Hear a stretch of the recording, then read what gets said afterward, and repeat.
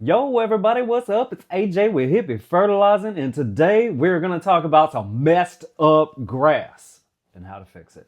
Okay? One of the things that happens all the time is over fertilizing the lawn, and it really attributes to something that I've never seen anywhere that I can think of, that I can remember. And what that is soil oxidation. And soil oxidation is essentially, and correct me if I'm wrong or if you have a better answer, but it's like burning up all the good stuff that's actually in the soil profile. Okay, you need organic matter, humus, sand, silt, clay.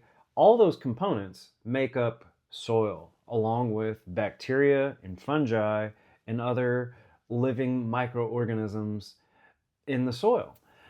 When you over fertilize a lawn, especially with a high nitrogen fertilizer, but this could be done with other types of fertilizer. Doesn't necessarily need to be just high nitrogen. Could be high phosphorus, potassium, could be too much iron. Those things can cause a problem. Anything too much of anything can cause a problem. But primarily what we're going to look at today is high nitrogen, oxidizing soil, creating salt buildup, soil structure degradation, and environmental pollution, right? It's nasty stuff, but to be honest, it's quite easy to fix, okay? When we have soil oxidation, soil structure degradation, and salt buildup, we have lost a massive amount of organic matter and humus, and we have created a chemically compacted soil or a salt compacted soil because all the nitrogen will leach away or it gets locked up and the salt is left, right? And it binds to clay. It prevents water uptake and nutrients to your turf or plants, and really just messes up the whole ecosystem of the soil. All right. So here is a good way to remediate that. It's simple: humic acid, molasses, and compost. And not necessarily just compost. Don't get stuck on that. I actually prefer a flower bed mix. When I go to local soil yards, I find that the flower bed mix at any given yard is, in our area, the Gulf Coast, our clay soils, our St. Augustine grass, that flower bed mix generally has what I want the most of: little bit of sand, definitely different sizes of humus and organic matter, little bit of silt, finer compost bits, so the aggregate pieces range in size. However, a good flower bed mix or good soil mix is well screened, so you're not getting lots of rocks, you're not getting big chunks of wood. Sometimes in nasty places we find construction wood, you find fencing, find all kinds of junk. Okay, so in cleaner soils, they're screened, and the the pieces of organic matter and humus are more consistent. However, I personally don't like super fine screened materials on these highly degraded lawns because the bigger pieces are going to help break down and naturally aerate the soil. So, if you burn the lawn, it's okay. You can remediate it.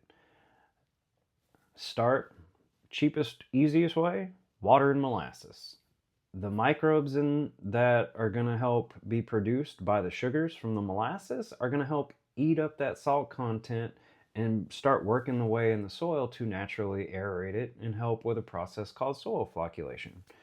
Uh, as you move forward and add humic acid to the mix, and then the top dressing with a flower bed mix type material, that is going to further add basically a home for new microbes, new fungi, add food for them, and over the years, I've been doing this for 10 years, I have found that a quality top dressing outperforms a core aeration just about every time, at least on our lawns and on our soil condition. Now, if you have a super fine zoysia lawn that you want to put sand in, core aeration is going to work different from you. If you're up north and you overseed lawns, y'all's situation is a lot different. But still, oxidized soils and over-fertilized soils are going to have similar traits no matter where you're at. And I would still follow these steps or recommend these steps no matter where you're located. Okay? I just personally don't recommend the core aeration down here along with the steps because I find it's not very helpful, to be honest. It's money, it's labor, that's just a waste. So yeah, don't burn the lawn, don't over fertilize it, but if you do, remediate it naturally through supporting soil biology with simple stuff like spraying molasses. People ask what ratio. When you have a very oxidized, burnt lawn, I would go as far as to say you could mix between 10 or 6 to 10 ounces per gallon of water of molasses. It may seem kind of nuts, but hey, let's give it some freaking supercharged food to get those microbes excited in the soil. All right. And as far as humic acid, there's lots of different products from powders to liquids out there. I would say whatever the application rates say on that humic acid, you can double it and be safe. Another product that I like to use on lawn remediation from burnt, over-fertilized lawns is Humates Plus. If I can find it, I will put a link down to that product from my buddy over at Healthy Soil Organics and also from Amazon. And I know my buddy over at Healthy Soil Organics does ship all over the nation with the Humates Plus. And I'll find a few other products that I like to use and would recommend to remediate your burnt, ate-up lawn from over-fertilizing. Other things to consider when the lawn is looking really shabby. What I find often is that people don't know what's going on sometimes. 9 times out of 10, what I hear, especially in summertime, is that everyone always thinks they have a fungus, okay? If it's summertime in the South, most likely you don't have a fungus, you have chinch bugs, you need to treat chinch bugs, not a fungus. Number 2, if you do have a fungus, most of the time, I'm going to recommend feed your way through it, okay? With natural products in a natural way, compost, Humates Plus, and laying off the synthetic fertilizers, right? That's going to help things grow back. So as we move forward, if you put down too much to weed and feed, 3-in-1, things like that, I would say start with molasses, always. Stay away from anything that says 3-in-1. I have seen the most consistency in soil degradation and lawn decline.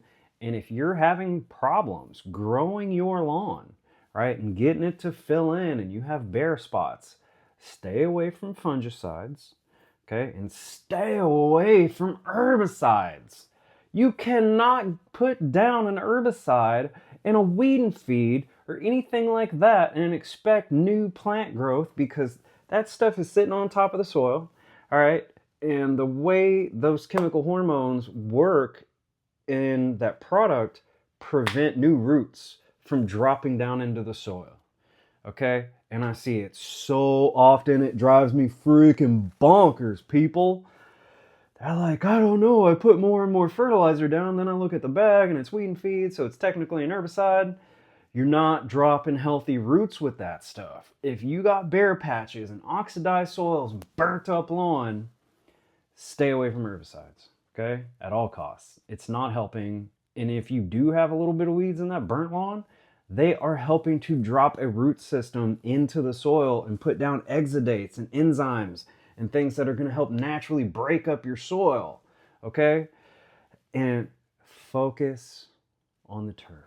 Focus on healthy soil. And it's really, really simple.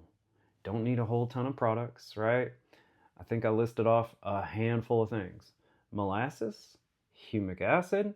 You can also utilize seaweed, soil, and my other favorite is Microlife Humates Plus, because when a lawn is in repair or it needs help, Humates Plus is a safe bet. I don't care what kind of grass, I don't care where you're at. I have seen good results with it across the board, all times of year, many types of grass, many types of situation. It was a very well crafted product for remediating soils and lawns. So that's my take on that. If you know a buddy who has a burnt lawn, please send him this video. Give us a little like, a little share your thoughts. Peace.